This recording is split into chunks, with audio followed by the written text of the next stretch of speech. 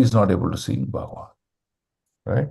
So that's how Narada Muni life continues. Okay, so now what shall we do? We will see the sloka, how Narada Muni gets perfect. Right? So while doing this meditation and dhyan on the Supreme Personality of Godhead, what happens to Narada Muni? He quits his body. He quits his body based on two things. First, okay, there are a few things. Let's not say two things. There are a few things. The first few things are he has left all material shelter and taken spiritual shelter. Okay. He got the mercy, love of Godhead through the mercy of those Vedic Brahmanas. Then, Narada Muni tried to figure out where the Lord is, but he concluded that he has to meditate on the lotus feet of the Lord. And Narada Muni, what does he do? He quits his body, remembering the past times, the holy names of the Supreme Personality of Godhead. When he does these things perfectly, he leaves his body, and in return, he gets a spiritual body. Right? So that is a conclusion till sloka number 27. In sloka number 27, Narada Muni clearly says, just the translation. And so, O Brahmana Vyasadeva, in due course of time, I was fully absorbed in thinking of Krishna. Right? So this is the time that he went around the whole place and said, okay, I'll just sit under a tree. There is no more activities that are required in the material plane. And who therefore had no attachments. There was no more attachment. There is no need for anything for him to perform this material world activities. And being completely freed from material ties, that means he did not have any material desires. No desires. And what happened to him at this point in time? He met with death. As lightning and illumination occur simultaneously. Right? So, with death, he got complete knowledge about who he is. And what is his relationship with the Supreme Personality of Godhead. Right? That's what happened to Narada Muni. And the result was, his body became completely spiritualized. And he evolved back with a spiritual body. Sorry for interrupting, Prabhu. What is the meaning of lightning and illumination, Prabhu? Now, okay, so what happens in a lightning? Lightning is like a thunderbolt, right? Right. So it strikes at such great speed, you don't even know. Right? And it's like a flash. But even though it is so, you can say it is aghast and harsh and so quickly, things like that, but it results in illumination. Illumination means knowledge. Illumination means understanding the truth beyond our imagination. So both happened. That means he quit his body, the material body, and it resulted in he acquiring a spiritual body in no matter of time. So that's what he says. That's to say, devotee simultaneously changes material body and develops a spiritual body by the will of the Supreme. Right? So that's what happened to Narada Muni. Now, we will read 28 onwards today. We will complete chapter 6, where we will understand what was Narada Muni's perfection path. How did he perfect himself? And then he gives his final instruction to Vyasadeva and he departs. Right? So that's what we will read today. Okay. Sloka number 28. Prayujyamane mayitam shuddham bhagavatim tanum arabdha karma nirvano nyapatat pancha bhautika. Translation. Having been awarded a transcendental body, now he's already got spiritual body. Okay. Befitting an associate of personality of Godhead, I quit the body made of 5 material elements.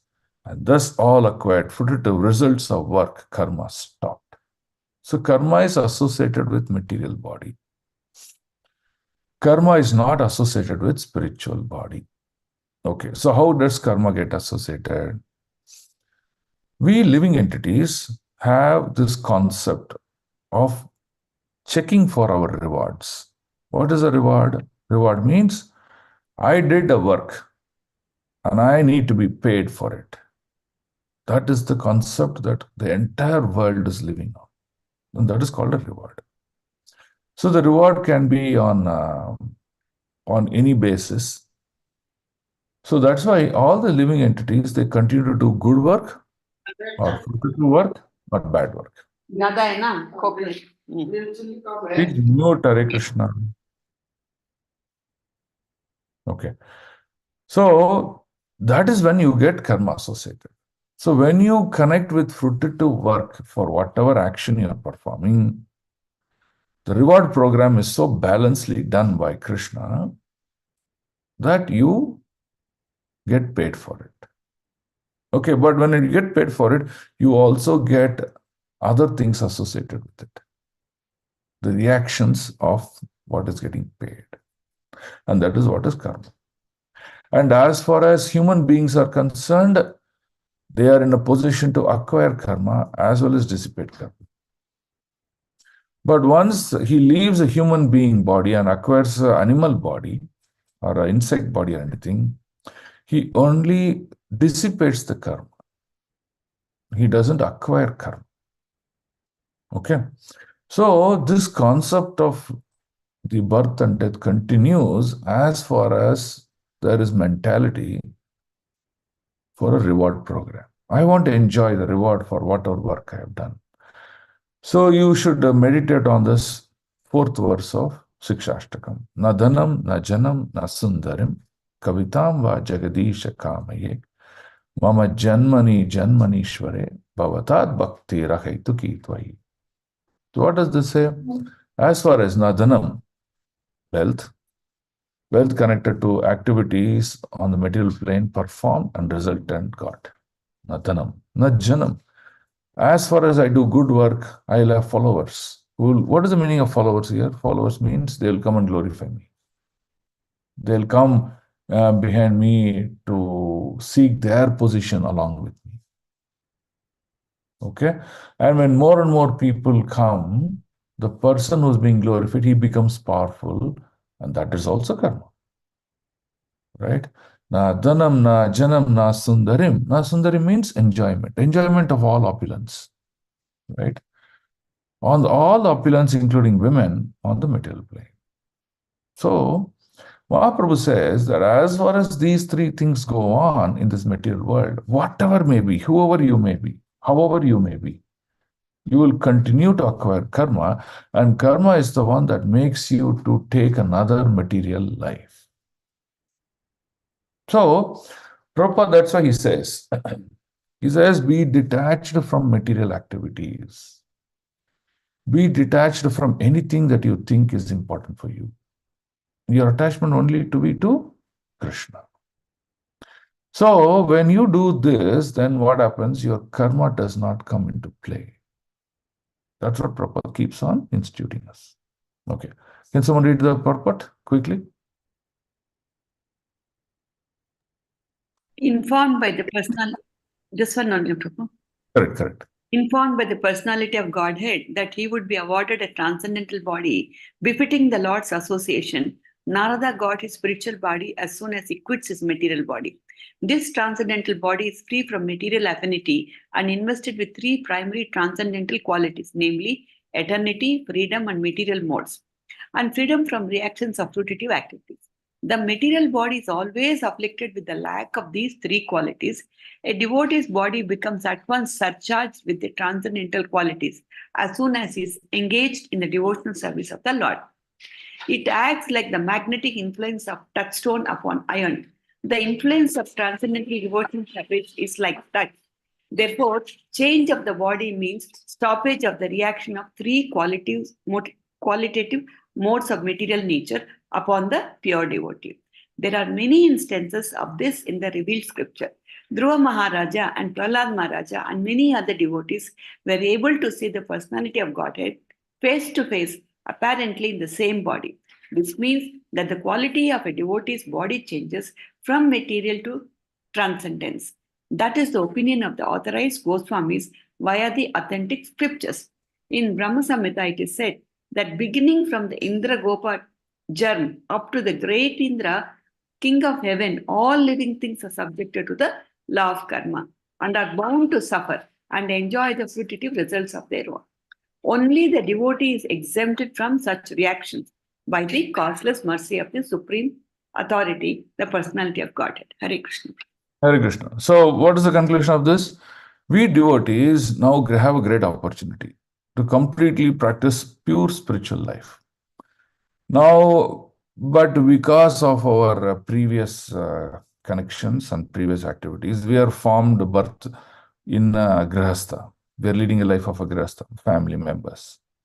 And our family members will drag us out of spiritual life because of their needs. They may not have spiritual realizations like us. So now what's happening? On one side, we are practicing devotion. On the other side, we are being dragged into material life, material activities. So you should all have a clear plan. What our plan should be, at what point in time I shall disengage from the material activities and unwanted connection with the, other personalities who drag us into samsara again. This has happened to us in the past also, in the previous births also, many, many times also. But we still not realizing to take this up seriously. So hence institutionalizing the practice of renounced order. What is renounced order? Not taking sannyasi, renounced in our heart on material activities. That is what will take us to this philosophy of detachment that Krishna is talking. Okay. Now, at this point in time, Vyasa is asking Narada Muni an important question. Okay, Narada ji, now you are born with a spiritual body, you said. Okay, very good. Now, if you're born with a spiritual body, how is that you're born as son of Brahma again? Because Brahma means he's in the material world. How are you born to son of Brahma? That means, are you a spiritually or you're fully material? For which Narada ji is answering the question. Okay, so that is the next question. You will see why Lord is explaining about his, birth as Brahmaji. Okay, 629. Kalpanta idam adhaya sayane ambashi udanvataha shishayushor anupranam vivishayantar aham vibhoho. Translation. At the end of the millennium in which Narada ji got the spiritual body, when the personality of Godhead Narayana lay down with the water of devastation, Brahma began to enter into him along with all creative elements. And I also entered through his breathing. Okay. So what happened? When the life of Brahmaji got over. Okay. So there are 3 stages. The first stage is, one Chaturvyuha, which is a very small time aspect in front of Brahma's life. Then second is one Kalpa. One Kalpa means every day Brahmaji gets up and goes to sleep. So that one day of Brahma, from the time of getting up to going to sleep, is called one Kalpa.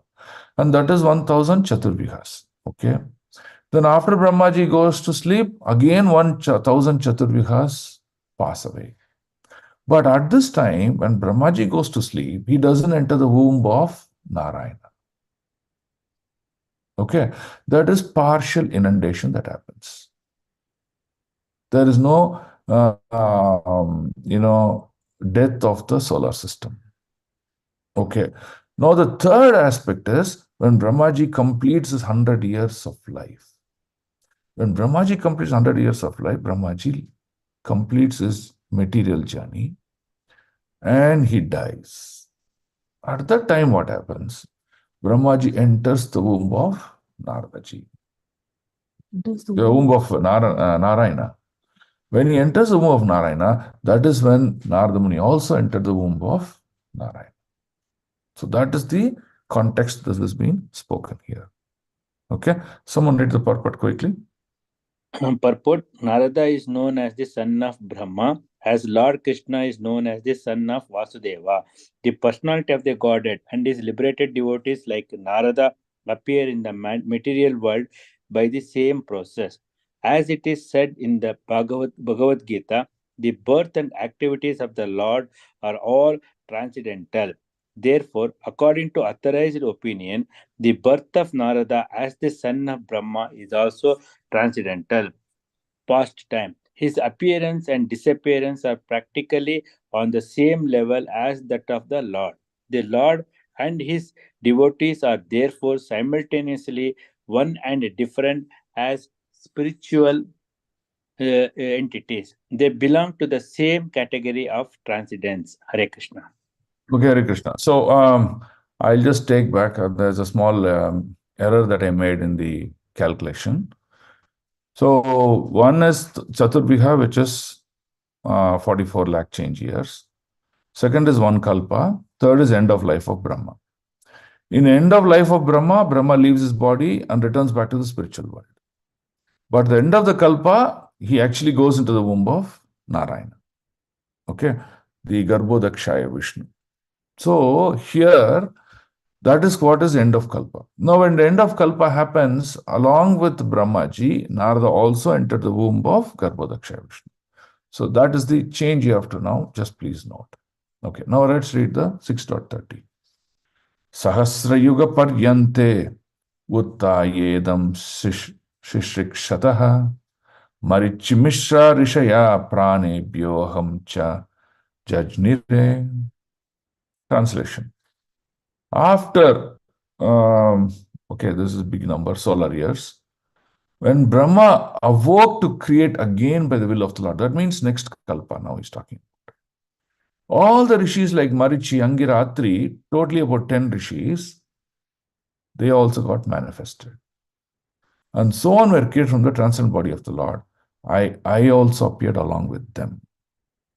So because I also appeared belong to them, it looks like I appeared from the womb of or creation of Brahmaji.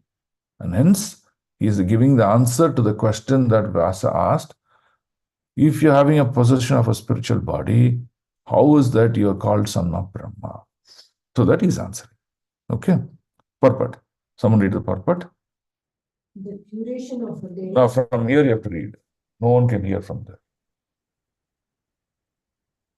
The duration of a day in the life of Brahma is 43 something. Okay. solar years. This is stated also in the Bhagavad Gita. So for this period, Brahmaji rests in Yoga Nidra within the body of Garbhodakashai Vishnu, the generator of Brahma. Thus, after the sleeping period of Brahma, when there is again creation by the will of the Lord, through the agency of Brahma, all the great rishis again appear from different parts of the transcendental body, and Narada also appears. This means that Narada appears in the same transcendental body, just as a man awakes from sleep in the same body. Sri Narada is eternally free to move in all parts of the transcendental and material creations of the Almighty. He appears and disappears in his own transcendental body, which is without distinction of body and soul, unlike conditioned beings. This means that Brahmaji will not change. No one will take the position of Brahmaji except No, once Brahmaji is created, once Brahmaji is born, he'll live for 100 years. And Brahmaji position is never changing. After 100 years, Brahmaji leaves his body and returns to the spiritual world. Now we are talking about not the entire 100 days, 100 years of Brahmaji. We're talking about one day of Brahmaji's life. And that is one kalpa. And that is the explanation has been given here. Okay. Okay. Anyone has doubts on this part so far?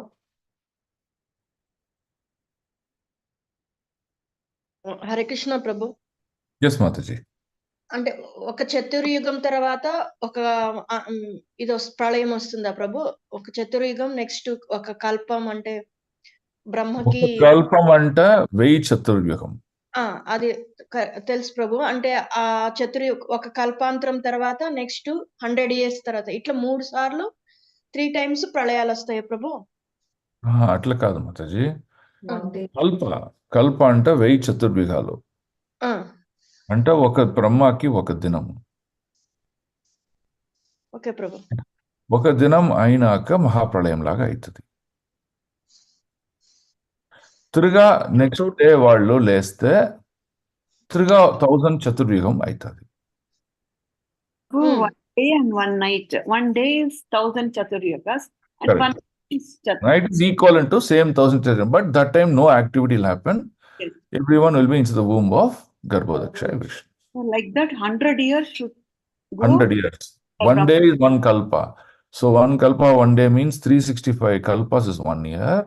Like that, 100 years. Okay. So, okay. Now let's go to sloka number 31 and how Naradaji became a completely liberated spaceman. So we will see that. 631. Antarbahishcha lokamstrin paryemi ashkandita vrataha anugrahan mahavishnu avigata gatihi kvachit. Since then, the grace of the Almighty Vishnu, I travel everywhere without restriction, both in the transcendental world and in the material world. 3 divisions of the material world. This is because I am fixed in unbroken devotion service of the Lord. So this is the power of a spiritual body. Once a living entity acquires a spiritual body, and then he enters the transcendental realm of Mahavishnu in Vaikuntha Loka, he has been awarded special mercy. What special mercy? He can, anytime he can travel in all the Vaikuntha planets, or he can travel in any of the material planets without restriction, at his own will. But what does he do? Narada Muni doesn't travel for enjoyment purpose, just like how we travel to America and Europe and for touring. He doesn't travel for enjoyment purpose. He travels to spread the glories of Lord. He travels to make devotees realize the real path and make them devotees. That's what Narada Muni does. And hence, Krishna awards him with this great instrument, Veena. So what is with Veena he does? He takes his Veena and then goes on singing the transcendental pastimes of the Lord. He doesn't sing songs. Narada Muni doesn't sing songs. He compiles the various pastimes and the various potencies of the names of the Lord in a song format, and he sings that. That's what he does. Okay? So, for example, you see musicians, they sing sa, re, ga, ma, pa, da, ni, sa, right? These are not, ordinary letters. What is this? Okay. So, these are not ordinary letters. These are actually transcendental letters. If you actually take the Sanskrit meaning of these Sarigama Padanisa, you will see they have a lot more greater meaning. They're all connected to the Vedic hymns. So, by learning, this music in, from the basics, and then applying the same, swara in singing the Hare Krishna mantra, you will see that you're singing Hare Krishna mantra to perfection. And different combinations can be sung. This is what Naradaji does. So what does Naradaji do? He's awarded a Veena by Lord, the Supreme Lord. He plays this Veena, travels around the whole world, and he sings the glories and pastimes of. And by this, he makes many people realize and become devotees. Okay. So now you can read the purport. So then we will read a 632, which is very, very important. 632 should also be mugged up, and you can get into the list of your memorizing slokas. 632. Devadattam imam veenam swara brahma vibhushitam murchayat yitva hari katam gayamanas charamiyaham. Translation. And thus I travel constantly singing the transcendental message of the glories of the Lord, vibrating this instrument called Veena, which is charged with transcendental sound and which was given to me by Lord Krishna. So if you take Linga Purana, in the Linga Purana, you will see that it is mentioned Lord Krishna awards this great instrument to Naradaji, for performing his devotional activities. Can someone read the purport? Yes, Prabhu.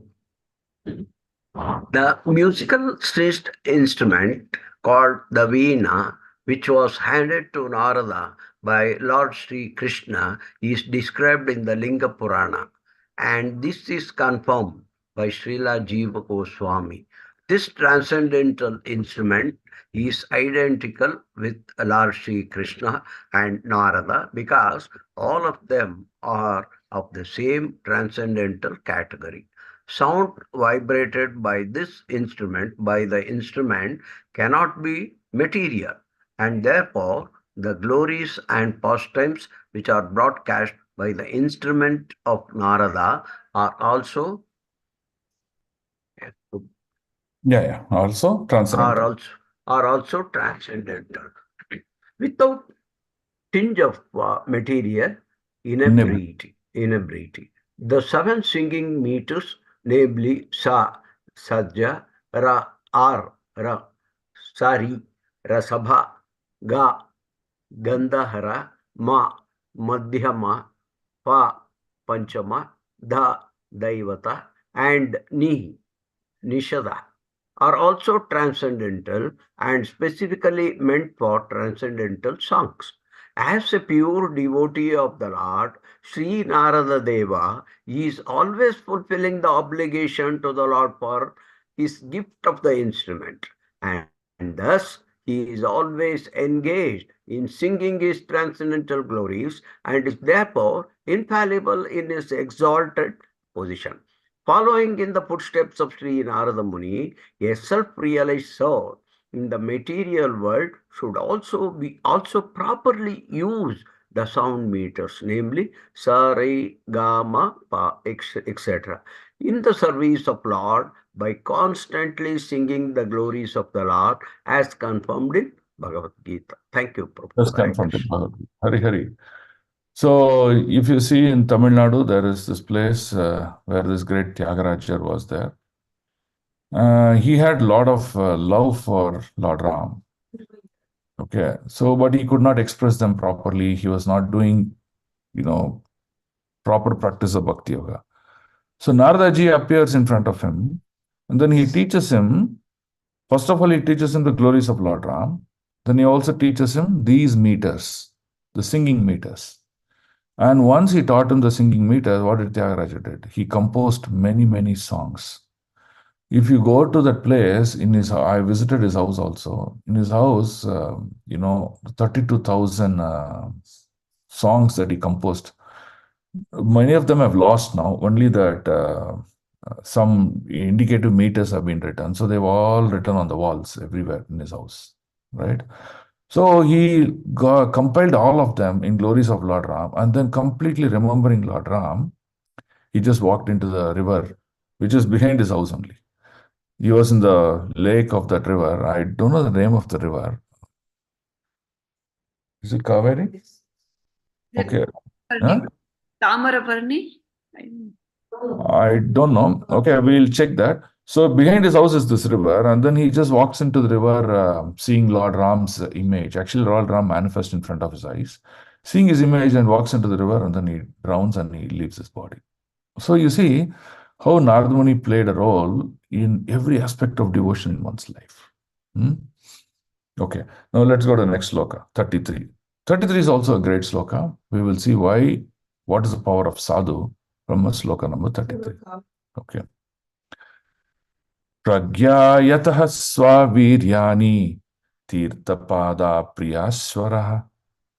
priyasravaha ahuta iva me shigram darshanam yati chetasi. Translation. The Supreme Lord Krishna, whose glories and activities are pleasing to hear, at once appears on the seat of my heart, as if called for, as soon as I began to chant his holy activities. See, this is the power of chanting. The moment he started to chant the glories of the holy name, immediately what happened? His heart, everything became so pleasing. Why? Because the Supreme Lord Krishna came and sat in the heart of Naradaji. Okay, now let us see what is the power of that. Someone read the purport. Hare Krishna. Purport: the absolute personality of Godhead is not different from his transcendental name, form, pastimes, and the sound vibrations thereof. As soon as a pure devotee engages himself in pure devotional service of hearing, chanting, and remembering the name, fame, and activities of the Lord, at once he becomes visible to the transcendental eyes of the pure devotee by reflecting himself in the mirror of the heart by spiritual television.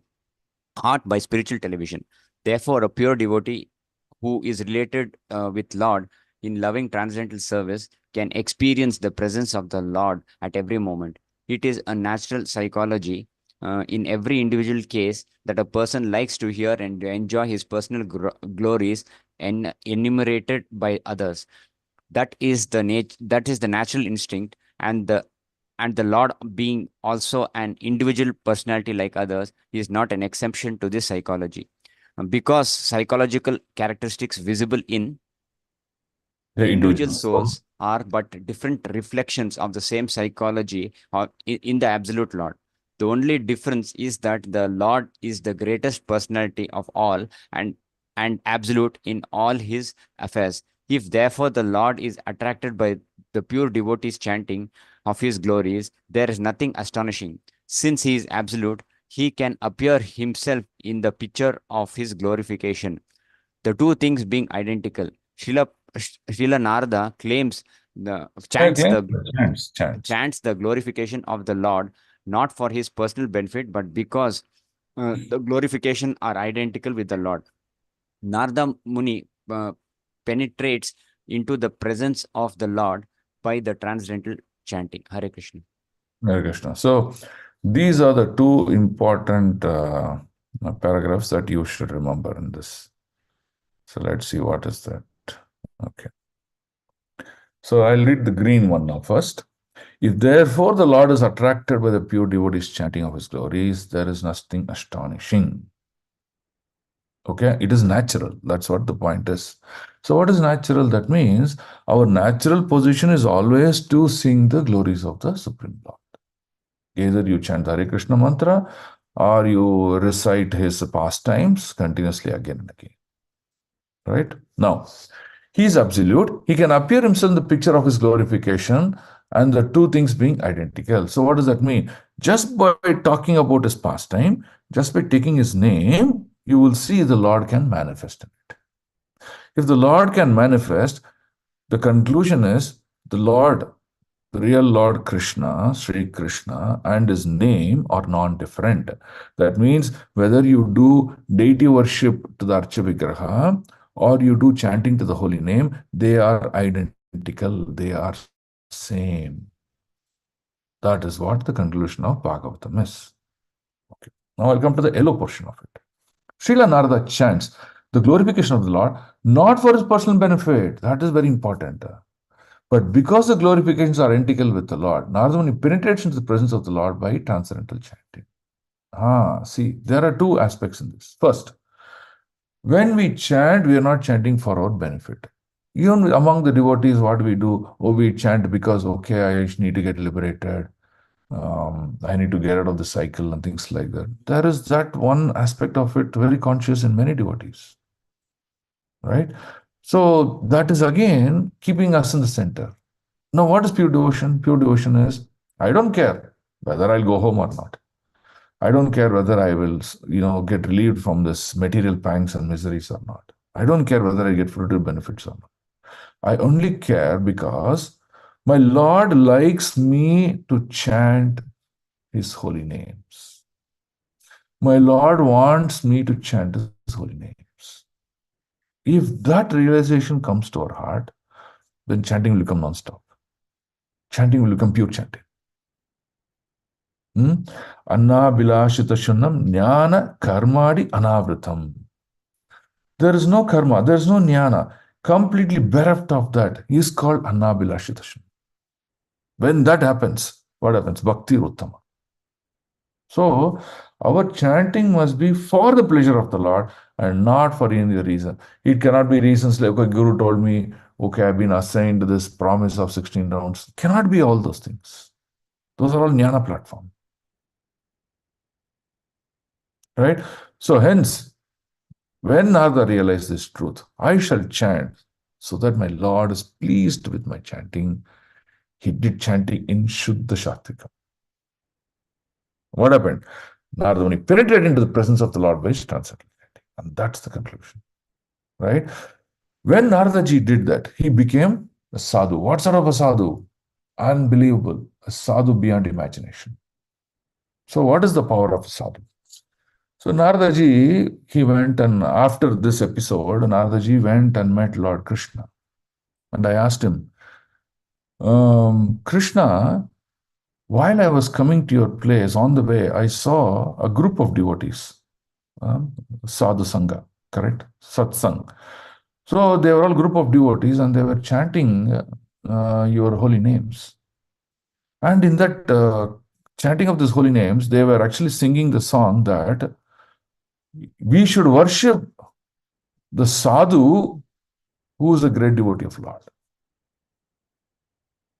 Right? So they were singing Guru Bhakti. Who? Those devotees. So Narada is asking Krishna, so who is the sadhu and why is he so great? Why is that these devotees are glorifying this sadhu? What is the power of this sadhu? So Narada ji asked Lord Krishna. Krishna said, okay, you have a very valid question. Can you do one thing for me?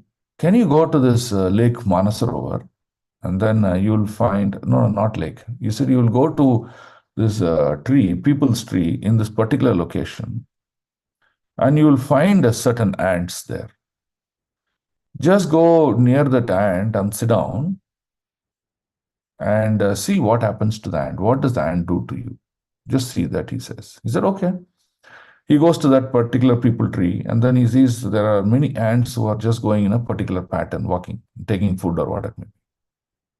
Once Narada ji went near the tree and then sat there, these ants, they came near Narada ji, and then in a fraction of a second, they all just fell down and died. Narada ji was shocked. What is this?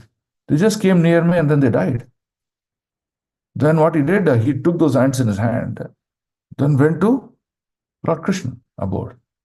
He said, see, this is what I did. I just went near and sat near the tree, and immediately this ant came near me, and some of them, they got on my hand also, and then they all died. And see, I brought the dead bodies of them. Krishna smiles. Krishna says, did you get an answer to your question? He said, no. Okay, now what do? You go to this lake, this Manasarovar lake. Then you'll find a nice swan there. Swan, white looking swan. Observe that swan and then come back, he says. Then Naradaji goes to Manasarovar lake. Then he sees the swan, which is beautifully swimming in this lake. Then once the swan sees Naradaji, it swims along towards Naradaji. As it comes near Naradaji, it just leaves his body and dies. Then Naradaji is like aghast. What is this? The swan also died. Then Naradaji runs back to Krishna and says, what is this? The swan also died. I can't understand why it has to die. Then Krishna says, okay, now do one thing. Go to this place on this Bharatavarsha. And then you go to this house of Brahmana. He's just given birth to a child, which is like 2-3 days old. Go and meet the child, he says. No, he said, I don't want to go. Why? I've already had the experience of this ant dying and this swan dying, and I don't want to see this child and then the child dying, and please prohibit me. I don't want to be the cause of the child death. Krishna smiles and says, no, you need to go. I'll take care of it. You need to go. So Naradaji comes down to the earth planet and then goes to the house of this Brahmana. Then he sees the child. The child is just 3-4 days old. And the child smiles and laughs at Naradaji. Narada is wondering what happened. Then the child, in his astral body, he comes out and he tells, oh Naradaji. And he falls at his feet and he says, I thank you so much. Because I associated with a sadhu, as an ant, I left the body immediately and I got a swan body. And I associated with another sadhu, I left the swan body and immediately got a human body. And in this human body, because of your association, I got love of Godhead. So Naradaji, even before he completed his statement, he just vanished out of this place. Then Lakshmiji is asking, Lord, what happened to Narada? Why did he run away from that place? Krishna smiles and says, okay, he got his answer. That's why he vanished. So you see, this is the power of sadhu. A sadhu can deliver what an Ashwamedha Yajna could do. What is the purpose of Ashwamedha Yajna? When you cut an animal and put into the yajna, it immediately gets a human body. And what is Ashwamedha Yajna? It is the mouth of Lord Vishnu. The Yajna Kunta is the tongue of Lord Vishnu. And that is the power that was delivered to that horse. It took a human body, and not just a human body, a devotional human body. So same thing is the power of sadhu. By 1 minute, nimitra matra, by 1 minute of association of a sadhu, one gets delivered. Prabhu, can you repeat only the last part, Ashwamedha Yaga? It is... In Ashwamedha Yajna, Ashwa means horse. A horse is sacrificed. When a horse sacrifice is done, horse in the table of body evolution is still a mammal. It is still in the passionate mode. It's mode of passion. But it does not need to wait for many, many more births to reach the body of a devotee. But once that horse is sacrificed there, immediately it manifests out of the sacrifice in a human body with love of Godhead. That is the power of that sacrifice. So you see, association with the sadhu is also as powerful as that. So whenever there is sadhu sangha, what shall we do? We shall leave everything and run for it. Take his association, serve him, please him. And that's exactly is what Narada Muni is demonstrating.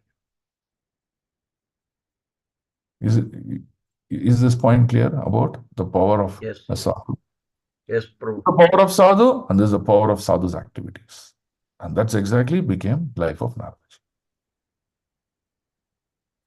Okay, now let's go to the last section, that is sloka number 34.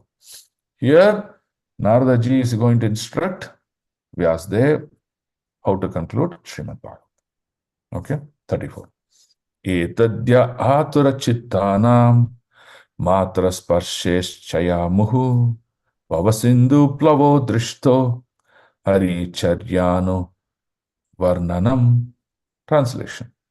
It is personally experienced by me that those who are always full of cares and anxieties due to desiring contact of the senses with their objects can cross the ocean of nescience on a more suitable boat.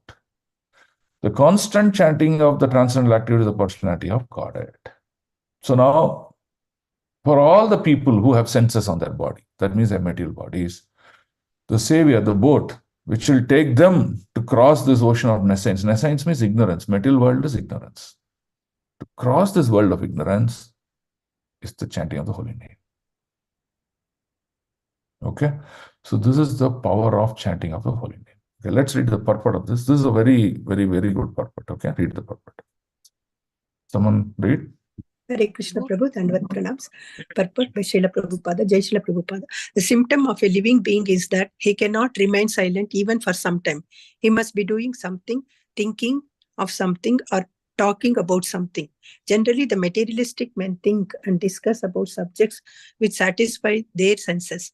But as these things are exercised under the influence of the external illusory energy, such sensual activities do not actually give them any satisfaction. On the contrary, they become full with cares and anxieties. This is called Maya, or what is not. That which cannot give them satisfaction is accepted as an object for satisfaction.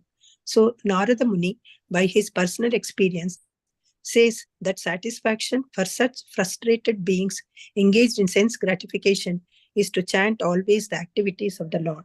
The point is that the subject matter only should be changed.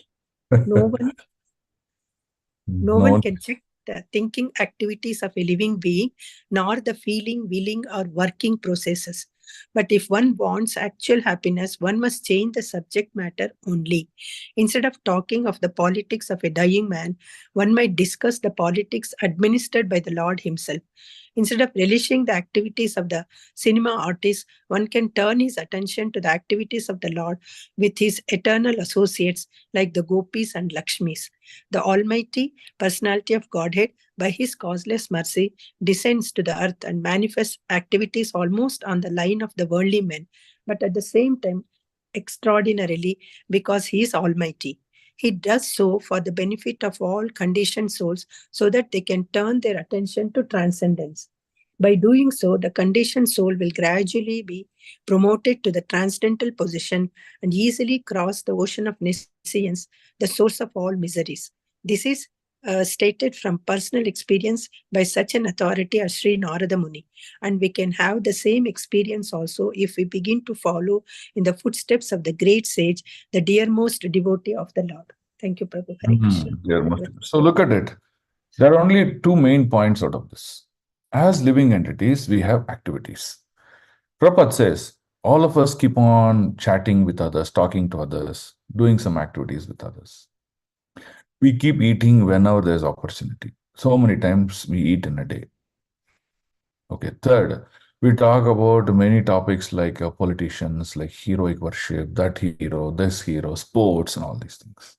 Prabhupada says, it is not that you need to do a great thing. You just need to change the subject matter. Instead of talk, you continue to talk. You continue to do your activities. You continue to eat. But just change the subject matter. That's what he says. Instead of talking about political people and sports people and cinema artists, he says, you talk about Krishna and his pastimes. So he says, we are not stopping you from chatting. We are not stopping you from talking. Just change the subject matter. You eat whatever you want, but you eat prasadam. So we are not stopping you from eating. Instead of eating nonsensical food, you eat prasadam. So like that, Prabhupada says, everyone's life can become completely perfect, but just by changing the focus area. That's all. You continue to do your activity. See, this is brilliant. Okay. So now I will tell you one short story for this sloka. There was one devotee. Devotee means previous to devotion. He was a materialist, a strong materialist. But he had done some sukriti that attracted the mercy of the Lord. So he sent Naradaji, go and help this person. So Naradaji comes and says, I see you're that very pious man. Why don't you chant the names of Krishna? You're doing so many good activities, but why can't you chant the names of Krishna? He says, oh, Naradaji, do you know, I'm so busy. I have a job. I have to work in the morning. I have to work in the night. I have to travel here and there. And I have a family. I have to take care of my health. I have to take care of my business. My other family activities like that. He says, so many things are there. I have to take care of my social activities. Where is the time? I don't have time to chant. Then he says, no, you think in a day somewhere you will get time to chant. Then that person thinks and thinks and thinks. He says, I get only time in my day is when I am taking bath in my bathroom. This is wonderful. How much time you take? About 20 minutes, he said. Okay, 20 minutes is a good time. Please chant the names of Lord Krishna during the 20 minutes. He says, okay, this seems to be a viable proposal for me. I can take it up, Naradaji. So what does this person do? Every day while taking bath, he will very happily chant the glories of Krishna and chant the holy name very nicely in his shower. And Naradaji says, okay, mission accomplished. He goes away. Then he just keeps on chanting the names of Lord Ram, Lord Krishna, like that. And then one day, when Hanumanji was going around, he heard, oh, there is someone who's singing the glories of my Lord so wonderfully. I want to see this person. He descends and he sees this person is in his bathroom without any robes and he's singing Lane of Ram. Then he got very annoyed. How can you sing my Lord who is supposed to be on a simhasana and on an altar, such a glorious, a great Lord, in a bathroom? So what is it? He goes, tries to kick this person from the back to teach him a lesson. When he tries to kick him, his leg goes near him, but it does not touch him. What is this? I am such a powerful man in this entire creation. How is that I am not able to kick him? He again tries to kick this material person. He is not able to kick him. Then while he is thinking, what is happening to me, Naradaji appears in front of Hanuman and says, this is the power of chanting. When a person is chanting the names of Lord Ram, names of Lord Krishna, there's nothing can disturb him. There's nothing can influence him. There's nothing can cause disturbance to him. So he says, this is the glories of your Lord. The Lord is non-different from his name, and hence this is very powerful. So when Naradaji enlightens Hanuman, Hanuman bows his head and then leaves that place. And this person continues to chant. And because he chanted every day in the bathroom, he got the taste of the holy name. That taste of the holy name carried him and he became a very great devotee. See, mission accomplished. This is the power of chanting. So somewhere, somehow, we should get attraction to keep on chanting the names of the Lord. Good? You are liking these stories? Yes, Prabhu. Yes, Prabhu. Okay. Now let's read sloka number 35. So 35, 36, we'll finish today. Yeah, 35. Yamadibir yoga patai kamaloba hato muhu mukunda sevaya yadvat tatat madha na samyati. Translation. It is true that by practicing restraint of the senses by the yoga system, one get relief from the disturbance of desire and lust. But this is not sufficient to give satisfaction of soul, for this satisfaction derived from devotional services to personality of Godhead. Okay?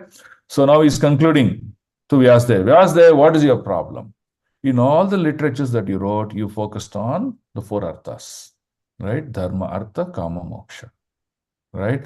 You focused on only on those four things, which is the cause of the problem.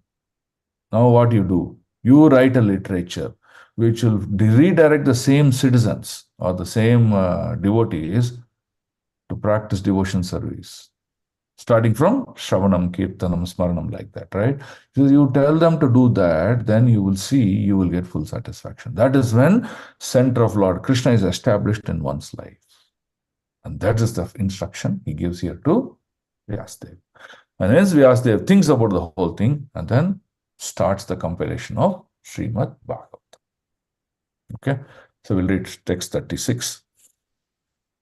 Sarvam tat idam akyatam yat prishtoham tvayanagaha janma karma rahasyam me bhavataschatma toshanam.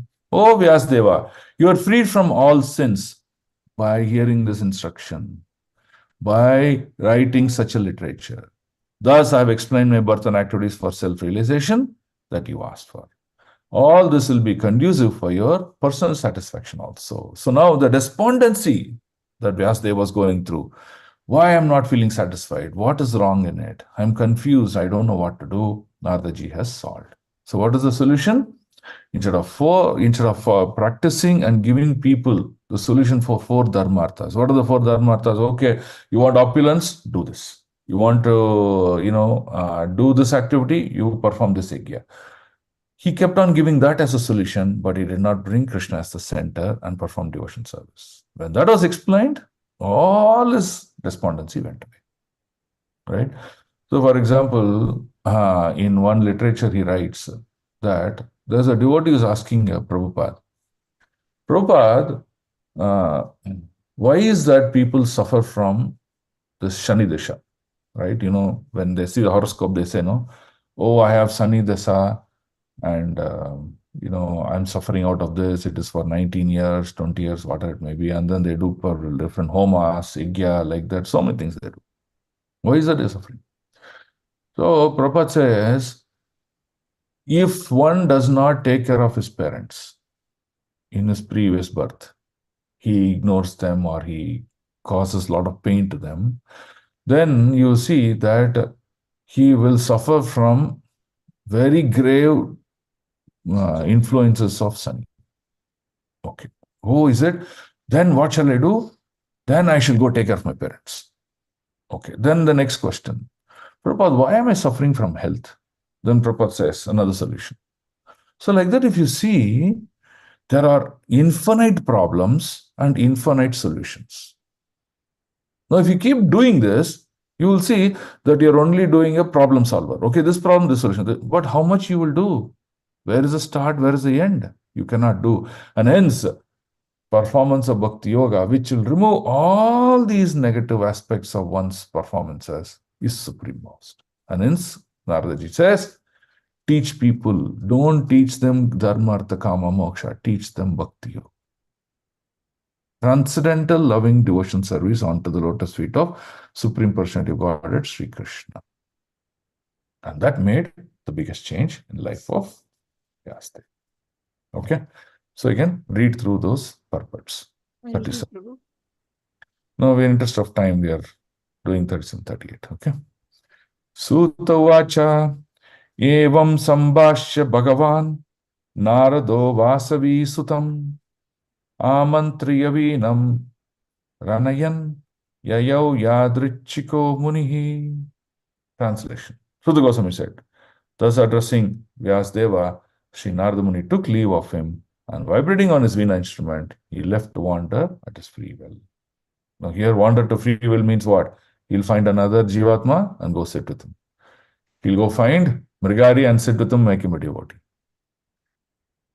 He'll find Manigariva and Alakora, make them devotees. Go on finding devotees and go on finding people. He'll see the prachatas and then teach them how to practice devotion service. So like that, Narada Muni travels this entire world. Okay. So we'll read the last sloka, which just glorifies the position of Naradaji. 638. Aho devarshir dhanyoyam yat kritam sharan gadan vanaha gayan madhyan idam tantrya ramayati aturam jagat. Translation. All glories and success to Srila Narada Muni because he glorifies the activities of the personality of Godhead. And doing so, he himself takes pleasure and also enlivens all the desired souls of this universe. Purport. Can someone read the purport? Has the glories of Naradaji? Hare Krishna Prabhuji. Sri Narada Muni plays on his instrument to glorify the transcendental activities of the Lord and to give relief to all miserable living entities of the universe. No one is happy here within the universe, and what is left as a happiness is What is felt? Maya. What is felt? What is felt as a happiness is Maya's illusion. The illusionary energy of Lord is so strong that even the hog who lives on the filthy stool feels happy. No one one can be truly happy within the material world. Srila Narada Muni is, in order to enlighten the miserable inhabitants, wanders everywhere. His mission is to get them back home, back to Godhead. This is the mission of all genius devotees of Lord following the footsteps of the great sages. Thus ends the Bhagavatham purports of first canto, Bhakti Vedanta purport of first canto, 6th chapter of Srimad Bhagavatham, entitled Conversation between Naradaji and the Vyasamuni. Hare Krishna. So this is the purpose of Naradaji. What does he do? There's no other mission. There's no other material activities, desire nothing. Simply go around and speak the glories of the holy name, speak the glories of the Supreme Personal Godhead, and make them devotees. Get them home back to Godhead so that they don't need to suffer in this universe. And this is exactly what we are doing by our preaching mission. When we preach, we are telling them, don't suffer in this world, connect to the Supreme Lord and go back home. This is exactly, so our mission or Prabhupada's mission of preaching is non-different from Narada Muni's mission. Right? So when we do the activities of what a great sadhu wants, we also get purified. That's exactly our life is. So all the devotees here attending classes, at some point in time in your life, you should understand that preaching is the essence of our devotional life. So what you should do? Every opportunity you can preach. If you distribute a book, you're preaching. If you're taking a class, you're preaching. If you're going around and telling people about, please practice Bhakti Yoga, you're preaching. There was one small girl, Saraswati. She took the Krishna book, entered a train, and she showed all the people in the metro train the book and said, this is Krishna. He is the Supreme Personality of Godhead. That's all. She didn't know anything beyond it. She was such a small girl. And Krishna said, this is great preaching. So, preaching does not mean you have to go sit on a Vyasasana and give a great class. No. Every aspect that can make a devotee to practice Bhakti Yoga is called preaching. So, humble request is, each one of you should take a preaching and help others to also transcend this material life. Okay? So thus ends this life of Naradaji and his instruction to Vyasdev. In the next chapter, we are going to read son of Drona punished. Who is Drona? Dronacharya. Who is Dronacharya's son? Shottam. Ashwatthama. Okay. So why we are talking Ashwatthama is very simple. Now, Vidura is asking Maitreya Rishi. Okay, so this is all fine. Now we talked about Bhagavatam as a glorious book. Then we talked about Sukadeva Goswami, the speaker of Bhagavatam. Then we talked about Sutta Goswami as an eligible person who is speaking the glories of Bhagavatam to the Naimisharya rishis. Okay, that is correct. Then while we talked about Vyasdev, we talked about his literatures. We talked about Sukadeva Goswami, we talked about his father, his literatures, all the works he has done. Then while he's doing it, how did he get the inspiration to write Bhagavatam? Then we came to the life of Naradaji because he was the man who was inspiring him and he was his spiritual master also. So after understanding life of Naradaji, there is one thing that is left in the conversation question of Vidura. What is that question? What is the glory of this Parikshit Maharaj, who's just a king, that this great saint, Avadut, Sukadeva Goswami came and spoke the Srimad Bhagavatam? What is so special about this Parikshit Maharaj? Can you please highlight that? So when he asked that question to hear about the glories and the life of Parikshit Maharaj, then Maitreya Rishi first talked about his birth. So when he was in the womb of Uttara, what happened? Ashwatthama wanted to kill that child. So he created this great Brahmastra to kill that child, and Krishna protected. So this episode, chapter 7, starts with the life of Ashwatthama, who created this great weapon to kill the womb of Uttara, who is Parikshit Maharaj. Now you can see how Krishna played that important role to protect Parikshit Maharaj and then made him the king of Hastinapur. So that is how we will now walk forward. So now in the subsequent chapters, we'll talk about, maybe for a few chapters, we'll talk about Mahabharata. Mahabharata in detail. How to understand Mahabharata, right? We will talk about in detail. In that, Kunti Maharani's life comes because she's a great devotee of Krishna. We'll also see here her prayers also. Like that, we will move forward. Okay? Any questions? We will take it up. Otherwise, we are done for today's morning production class. See, somewhere in between, there was a creature which was its name starts from Indra, and Indra Indra Gopa, Prabhu. Yeah, correct. What is that creature, Prabhu? See, you get now this light. If you go to the forest area, you will get one light emitting one fly. Yeah. Yes, Have you Prabhu. seen Yeah. See that Glowworms. glowworms. Glowworms, correct. Yes. See, what is this glowworm? You see, you know the lifespan of this glowworm? I think 1 month or so, Prabhu. 3-4 hours. How much, Prabhu? 3-4 seconds. 3-4 seconds. It is born. Within a few seconds, it gets its ability to fly. It just flies like that and then dies. That's all. Sorry. It'll just fly once.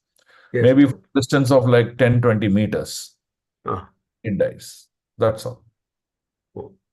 So that means you see, shortest lifespan insect. Okay? Yes, Prabhu. To Indra. Indra is the head of all the 33 crore demigods. Yes. All of them are subjugated to this Maya, 3 modes of nature. Second, they are coming under the laws of karma. So they will take a material body and they will suffer. Clear, Prabhu? Yes, Prabhu. Thank you, Prabhu. So that's called an Indragopam. Indragopam here refers to the most insignificant, the smallest creature, and the greatest Indra. That's what it means. That means everyone is covered. That's what the point is. Yes, Prabhu. Thank you, Prabhu. That Saligrama Agathala, Prabhu. What is Saligrama? Saligrama stone, Aidu. Well, what happened Saligrama? I didn't understand. Also, that because we get different saligramas now, Prabhu. there is an insect which carves the top of that stone. So that is different. That is different. Remember from which one? There's a name for it. See, this stone, this insect, when it is inside the stone, it gives shape to the stone, and then it makes the stone to grow in size. All those things are there. I don't know the Sanskrit name for the stone, for that insect. I know that. That also exists, but that exists for quite some time, not a short span. Hare Krishna, Prabhu. Yes, Prabhuji. Prabhuji, here Narada got transformed and he got the spiritual body, and he started glorifying the Lord in all the three lokas. So what is that we are now understanding that the devotee, the pure devotee rather, when he leaves this body while remembering the Lord, he goes back to the Goloka. So what is that this thing, is this body which lives and goes back to Goloka also performs these spiritual activities like Narada Mahamuni, or how is it, Prabhu? That's what Srila Prabhupada has concluded. Even if you want desire and follow the footsteps of this sage, you can also achieve that. Is that this thing relevance? So the question is, what happened to the material body you're asking, correct? Yeah. No, not that material body. So are we go and take the activities of the Narada Mahamuni? No, it depends. Everyone has their own identity. Okay. Narada Muni was bestowed with this benediction to travel around the world and elevate devotees, the spiritual and the material worlds. Okay. So that was the benediction for Narada Muni. For another devotee, there could be another benediction. So that means the conclusion is a devotee once liberates, he continuously engages in service of the Supreme in different capacities. Not that everyone will get a body like Narada Muni. That's not true. Oh, thank you. For example, a devotee may be born as a rose flower, okay, with a nice color and fragrance and things like that. And he will be used in the service of the Lord. Okay. For example, in the story of Ajamila, we saw Vishnu Tudas coming. So they are also servants of Lord. That means there could be one person be born as a Vishnu Tuta, 4 arms and things like that. And what does he do? He does all these activities, like what the Vishnu Tuta life story that we read in Ajamila pastime. He will do that. So that many devotees do many different activities. There's no one specific thing according to his relationship with him. Thank you, Prabhu. Thank you very much. Hare Krishna. Hare Krishna.